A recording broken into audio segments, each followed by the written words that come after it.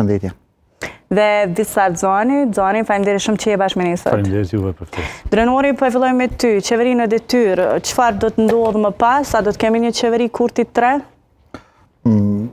Tani ne jemi cazat e asaj që mund dhëm komentet tona, por edhe më herët e kemi diskutuar në bazë rezultatit të zgjedhjeve, kushtet më reale për më kriju një qeveri e re është nga lëvizja vetëvenduese, e cila ka fituar një shumicë solide. Mirë po mbetet shihet tash me këtë ankesën që është dërguar në gjykatën kushtetuese.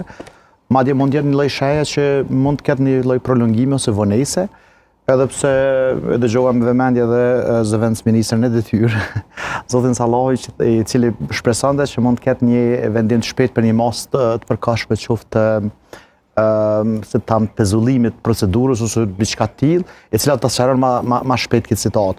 Përndryshe, mbes në pozicione siç kanë thonë edhe më herët, që lëvizja vetëvenduese realisht mund ta krijojë qeverinë, sepse i duhen shumë pak numra, respektivisht një partner i vogël, për të krijuar qeverinë që ne e quajmë qeverinë është e brisht, pra me numra pak.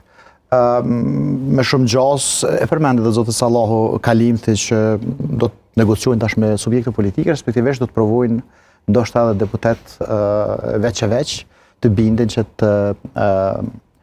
të votojnë për qeverinëri, që nuk i besoj, prandaj mendoj që do të mbetet alternativa më reale në këtë fazë vetëvendosje me nismen.